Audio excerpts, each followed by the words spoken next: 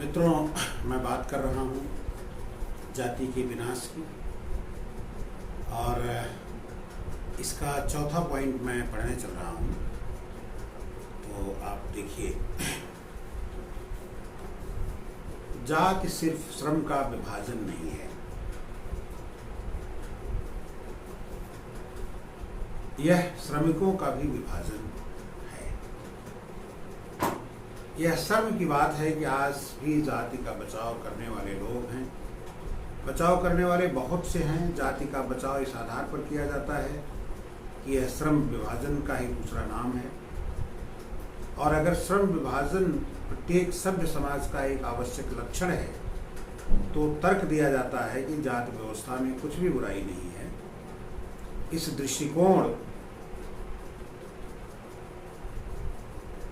के विरुद्ध जो पहली बात कही जानी चाहिए वह यह कि यह सिर्फ श्रम का विभाजन नहीं है, यह श्रमिकों का भी विभाजन है। सभ्य समाज में निश्चय ही श्रम विभाजन की जरूरत होती है, लेकिन किसी भी सभ्य समाज में श्रम विभाजन के साथ साथ श्रमिकों का अप्राकृतिक विभाजन इस तरह नहीं है कि श्रमिकों के एक वर्ग का सदस्य श्रमिकों के ही दूसरे वर्ग में शामिल ना हो सके।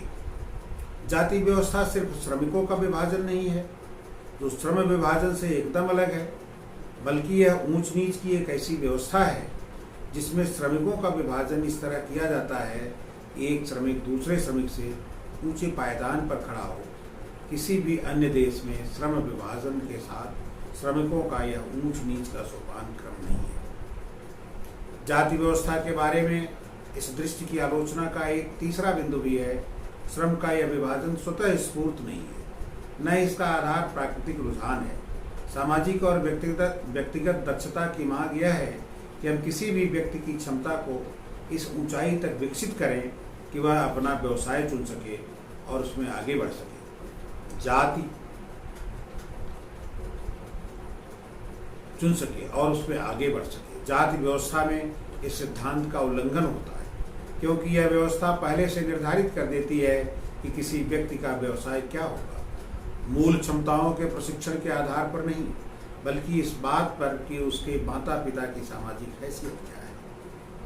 एक अन्य दृष्टि से देखने पर व्यवसायों का यह स्तरीकरण जो जाति व्यवस्था का परिणाम है, निश्चित रूप से घातक है। उद्योग कभी भी स्थिर नहीं होते, उनमें तेजी से और अचानक तब्दीली आती है। इन तब्दीलियों के मद्देनजर व्यक्ति को अपना व्यवसाय बदलने की छूट होनी ही चाहिए। बदलती हुई परिस्थितियों के अनुसार अपने को समायोजित करने की इस आज़ादी के बिना किसी को भी अपनी जीविका अर्जित करने में कठिनाई होगी, लेकिन जाति व्यवस्था हिंदुओं को यह व्यवसाय अपनाने नहीं देगी जिसकी समाज में ज़्यादा ज़रूरत है। अगर वह उसका पैतृक व्यवसाय नहीं है, जो व्यवसाय उसकी जाति के लिए निर्धारित नहीं है, ऐसा कोई नया काम पकड़ने की बजाय कोई हिंदू भूखों मरता दिख रहा है, तो इसका कारण जाति व्यवस्था में पाया जा सकता है। व्यवसायों के पुनर्संयोजन की अनुमति न देने के कारण जाति देश भर में दिखाई पड़ने वाली बेकारी के एक बड़े हिस्से का प्रत्यक्ष कारण बन जाती है। श्रम विभाजन के एक रूप के तौर पर जाति व्यवस्था में एक और गंभीर दोष है। जाति व्यवस्था द्वारा पैदा किया गया श्रम विभाजन निजी चुनाव पर आधारित विभाजन नहीं है। निजी भावना, निजी प्राथमिकता के लिए यहाँ कोई स्थान नहीं है।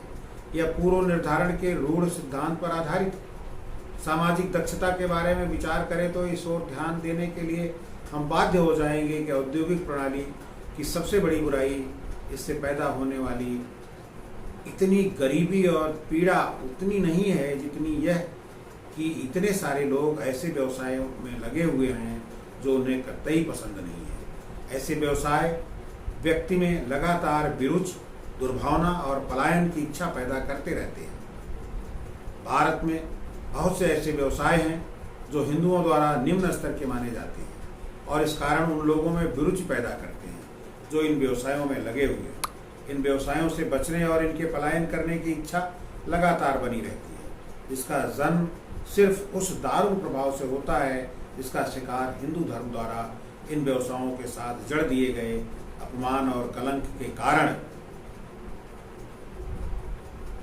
इन व्यवसायों में लगे हुए लोगों को होना पड़ता है। जिस व्यवस्था में ना आदमी का दिल उसके काम के साथ होता है और न उसका दिमाग, वहाँ कौन सी दक्षता पैदा हो सकती है। अतः एक आर्थिक संगठन के तौर पर जात चूँकि मनुष्य की नैसर्गिक क्षमताओं और रुझानों को सामाजिक नियमों की अनिवार्यता के अधीन कर देती है, इसलिए यह एक हानिकारक संस्था है।